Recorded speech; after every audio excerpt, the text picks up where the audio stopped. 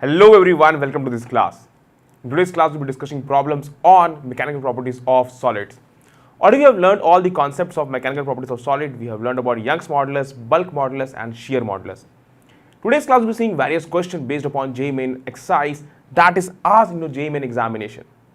The question will be single choice and each question will be having one correct as the right answer. Now let us go with the first question of the day. First question, the graph shows the extension delta L of a wire of length 1 meter. So we have a wire of length 1 meter, that is what has been provided in the question. So I am underlining this first important thing. Suspended from the top of a roof at one end and with a load W connected to the other end. That means the wire is connected at top and a load is connected at the other end, that is at the bottom end of the wire. If the cross-sectional area of the wire is 10 to power minus 6 square meter, this is the area of cross-section of the wire that has been provided in the given information. Calculate the Young's modulus of the material of the wire. So we have this graph given for delta L into 10 to power minus 4 meter, that means delta L is given in terms of into 10 to power minus 4 meter. Now here at the x-axis we have the load that has been suspended from the bottom end of the rod. We can see that it's a straight line curve. It's a straight line curve. Next, the options for the Young's modulus are 2 into 10 to power 11 Newton per square meter, 2 into 10 to power 10 Newton per square meter, third 3 into 10 to power 12 Newton per square meter, and D 2 into 10 to power 13 Newton per square meter. Now I believe that you must be remembering the formula for Young's modulus. The formula looks something like this. I have told you in class about the Young's modulus. Y is equal to F by A delta L by L. This is what we have taken down as the formula for Young's modulus. This is stress F by A. This is the strain delta L by L. Now if we simplify this, we will be having F we can write as the load that has been suspended. You can see it is given in terms of W in newtons. So we can actually change this F as W. Then we are having delta L, W by delta L. This L will move up, we will be having L by A. Now see we have here W by delta L. Now this is L by A, L is provided, A is provided, and we are also given W and delta L. Now see here for various delta L, W is also provided. So can we go ahead and can we put up the values for any value of delta L with respect to the any value of W? We can put and we can get the value. You can see a delta L for the value 4 into 10 to the power minus 4, we have W as 80. So we can put and we can get the value of Young's modulus, and rest of the things will automatically take care of. You have L by A also you have been provided. L by A, L is, you see, L is 1 meter, A is 10 to the power minus 6 square meter. So if I go ahead, if I put all the values, this is 1, this is 10 to the power minus 6. For a particular value, can you put W as 80 and L as 4 into 10 to the power minus 4? So let me put here W as 80 and delta L as 4 into 10 to the power minus 4. With proper units I have put, so need not to, everything will be in SI units. Now you see here, since delta L versus meter, so I have put in length is in meters, I have put here. Area is 10 to the power minus 6 square meter, again that is in SI units. W is 80, that I have put here W as 80, and delta L as 4 into 10 to the power minus 4, 4 into 10 to the power minus 4 square, sorry, it's in meter. Now you see here, can we simplify this? We will be obtaining the answer 4, this will go 20 times, and we will be obtaining 10 to the power minus 4, 10 to the power minus 6, that will give us 10 to the power minus 10, it will move up, you will be having 10 to the power 11, so sorry 10 to the power 10 will go in the positive, so 2 into 10 to the power 11 Newton per square meter, that will be the result. 2 into 10 to the power 11 Newton per square meter. Let's check the answer. First option 2 into 10 to the power 11 Newton per square meter, that correctly matches. Rest of the answer 2 into 10 to the power 10 incorrect, 3 into 10 to the power 12 incorrect, 2 into 10 to the power 13 incorrect, only this one is correct, 2 into 10 to the power 11 Newton per square meter. So this is how we can obtain when we are provided with a graph, or it is an easy question. We have to put up the formula, we have to check for the given graph how to put up the values. We saw that delta L at a particular value of load suspended, we have its value. put the value in the given equation, you will get the required result. This is how you can solve. Let's proceed with the next question of the day.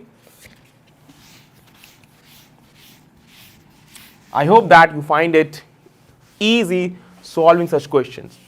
Now, in your JEE main examination, question based upon mechanical properties of solid, Young's modulus or bulk modulus, that will be not too tough. If you know the formula, if you know the basics, you can easily solve them as we have seen just now. Let's go to the next question. Second question. The following 4 wires of length L. So we have provided 4 wire dimensions are provided of length L. You see length L are different in each of the cases. This is L, capital L, and radius R are made of the same material. This is radius R of the same material. Which of these will have the largest extension? You try to understand here that you are having length are provided, lengths are provided, the radius are also provided for each of the wires. Which of these will have the largest extension when the same tension is applied? We have to check here which of this will have the largest extension. That is the delta L we need to identify. Young's modulus remain constant since the material is same. You see here length and radius are of the same material. If the material is same, that means Young's modulus will be same for each of the wire. The dimensions are different, length and radius are different, that means length will be different and area of cross section will be different. So let me write down the formula for Young's modulus. Young's modulus is Y equals to F by A delta L by L. This is what we have. Now it says that when the same tension is applied, which of these will have the largest extensions? We need to talk about delta L. So delta L, if I make as subject, we will be having F L divided by Y A. This will be the formula for delta L. Now F is what? F is the tension that we have applied, and F is same for each of the wire. Why? Because the material is same. I have told you in the class, for the same material, the Young's modulus will remain same. It doesn't matter what is the length, what is the area of cross section. Now we have to talk about extension in each of the wire. Now extension directly depends upon length divided by area. Force and Y are constant, F and Y are constant, so it will be directly proportional to ratio of length and area. So if we find out the ratio of length and area will get in which we will be having the maximum extension. Let's try to calculate first length and area, that is the ratio, and before that area should pi r square, pi is again constant. So delta L will be proportional to L divided by R square. Since area is pi r square, so we can write delta is proportional to L by R square. Now here capital is given as 50 and R is 0.25 mm. All are in same units. So we need not to consider to change the units. We will just do L upon R square for each of the given wires. So first we have 50, we have R 0.25. So for wire 1, let's quickly evaluate for L1 by R1 square. So 50 by 0.25 whole square. Let's evaluate this. 50 upon 0.25 whole square. 0.25, 25 whole square, that is 625. So this will turn out to be 50 divided by, now see 25, that we can write as 25 into 10 to the power minus 2. So that will be as 25 into 10 to the power minus 2, so 25 whole square, 625 into 10 to the power minus 4. This is what we can write. Again, we can easily simplify this. You will be obtaining, if you simplify this, you will be getting 2 divided by 25 into 10 to the power 4. You can write this. I'm just using the ratio. Units we are not concerned because for all the 4 wires, the units are same. Let's go for wire 2. For wire 2, length is given as delta L we need to talk about. So let me take the ratios of L2 upon R2 whole square. See what this will turn out to be. L2 that is given as 100 and R is given as 0.5. You can check the given data. This is 100, this is 0.5. Let's quickly estimate it. 100 divided by 0.5, so 5 into 10 to the power minus 1 whole square. See here, if you solve this, you will be getting 100 divided by 25, that will be 4 into 10 to power minus 2. So this will be 4 into 10 to power 2 we got for the second wire. Now for the third wire, you see here, wire 3. Let's try to estimate the third for wire 3, the ratio L3 by R3 whole square. Let's try to obtain this. See here, L for the third wire is given as 200 centimeter and radius is given as 1 mm. Let's try to solve it. For the wire 3, L3 by R3 whole square, we are provided with 200 centimeter, that is what the data has been provided, and R is 1 mm. So need not to change the unit, we are using for each of the wire radius as 1 in mm, so need not to change the unit. So we will be having this as 200. This is equal to 400. For simplicity, we can write this as 400. For the wire 4, fourth wire, again L4 divided by R4 whole square. Let's quickly check the data for the wire 4. Length is given as 300 centimeter, that you can easily observe. 300 centimeter and 1.5 mm is the radius. Let's go ahead and quickly solve it. 300 divided by 1.5 whole square. Now quickly we can solve 1.5, you can write it as 1.5 into 10 to the power minus 1. So 15 into 15 into 10 to the power minus 2. You see here, this will go 20 times. 15 into 30, that will go 20 times. 20 by 15 will give you 4 by 3 into 10 to the power 2.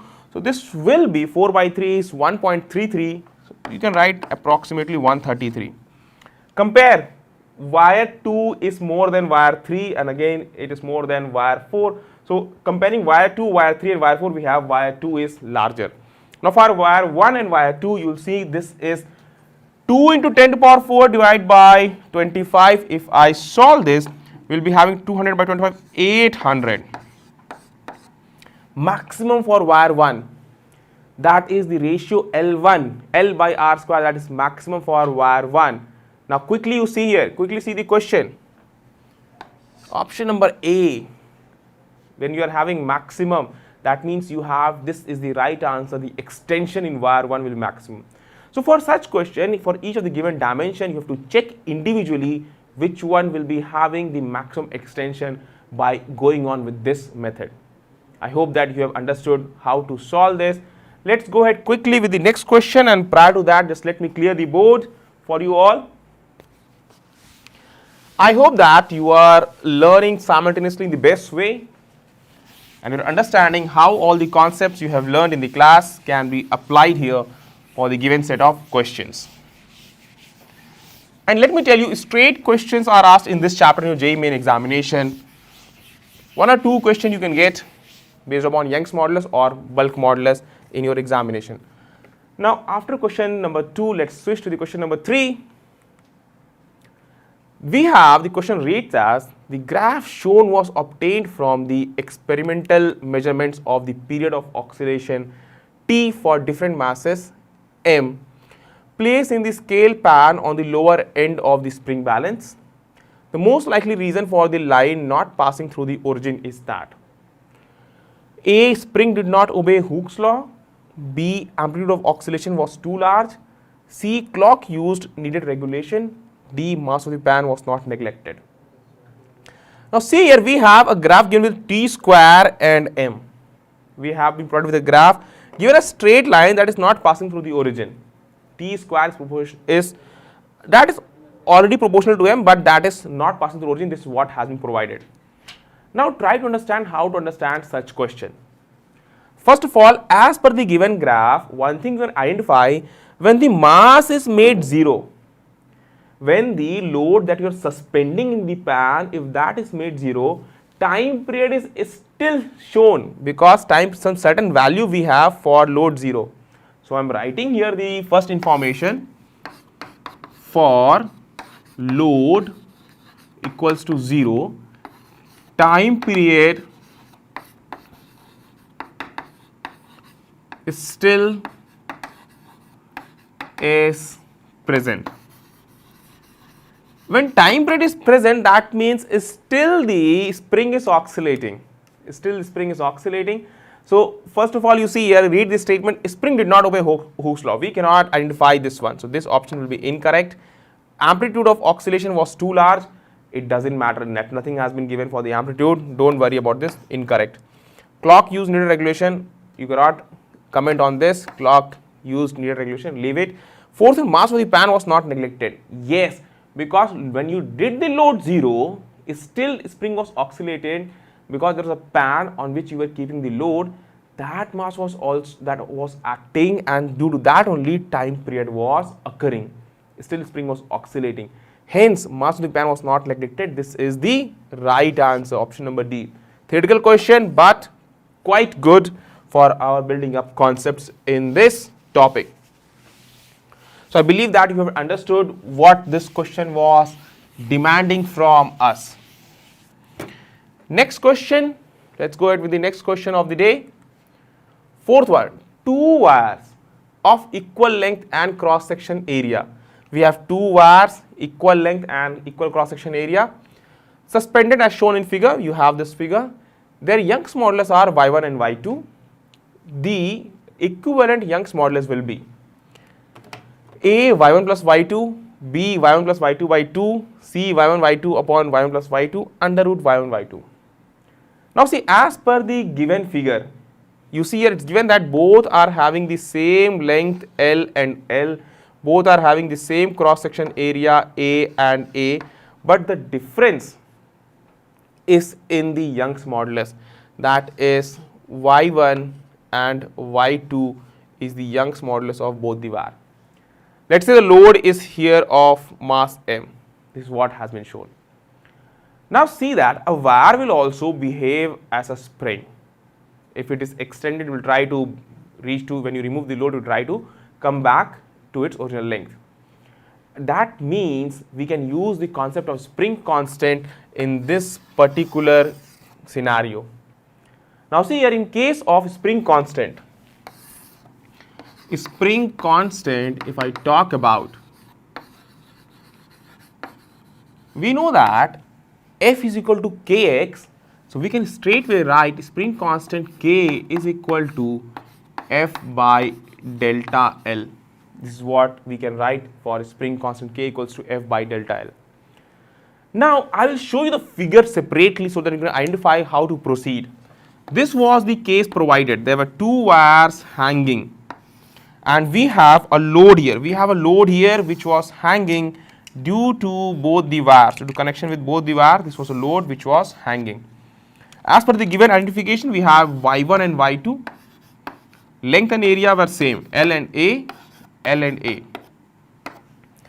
If we combine this, if we combine both the wires, what we will be having? If we combine both the wires, we will be having this scenario as I am going to represent. One wire is hanging here, one wire is hanging here. They both are attached, and again there's a load connected, the same load is connected. This will be having the same length L, but the area will be now 2A. We need to identify what is the Young's modulus. Let's say Y is the Young's modulus. Now see here, K is F upon delta L. K is F upon delta L.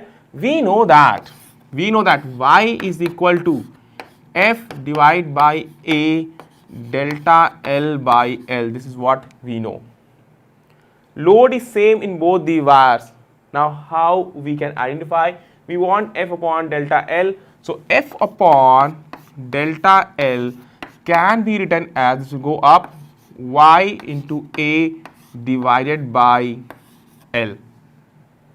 We can write F upon delta L is equals to YA divided by L. This we can write.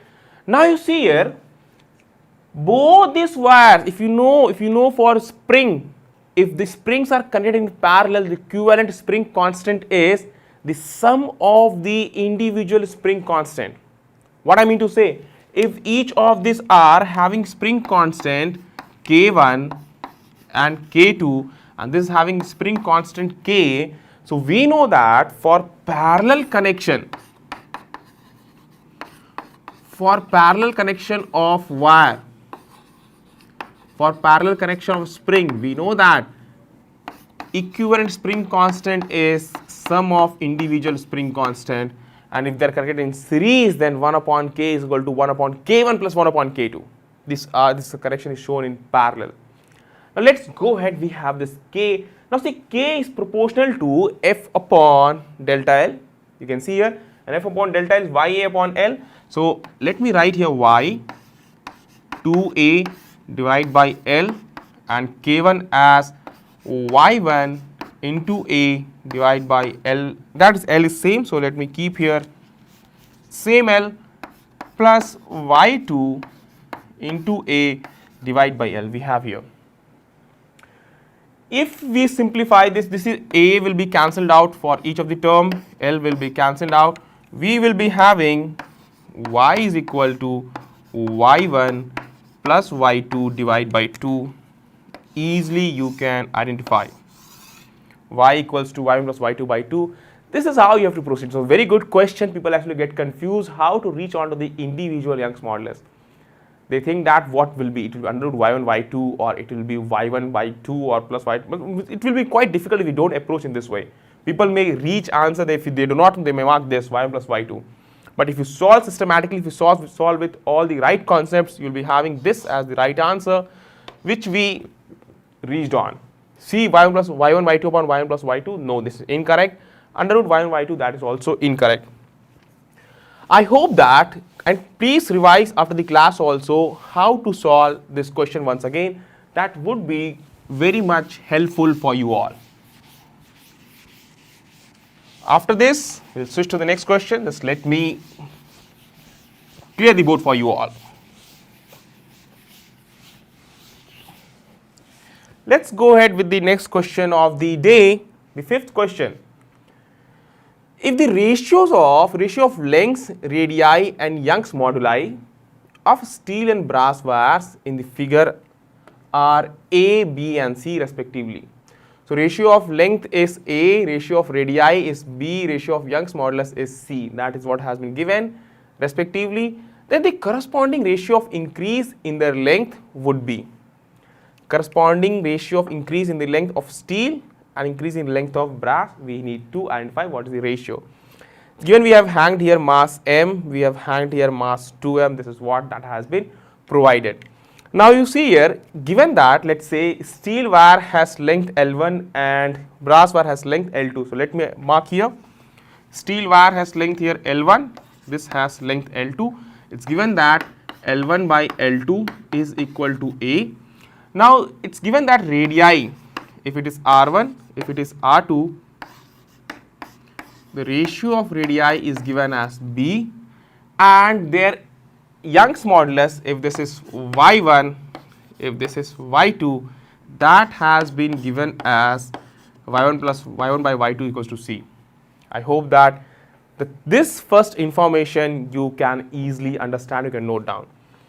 For steel wire I have taken length as L1, for brass wire I have taken length as L2, their ratio is given as A. For steel wire we have taken radius as R1, for brass we have taken radius as R2, their ratio R1 by R2 is equal to B. Now for Young's modulus, steel it is Y1, for brass it is Y2, their ratio Y1 plus Y1 by Y2 that is equal to C.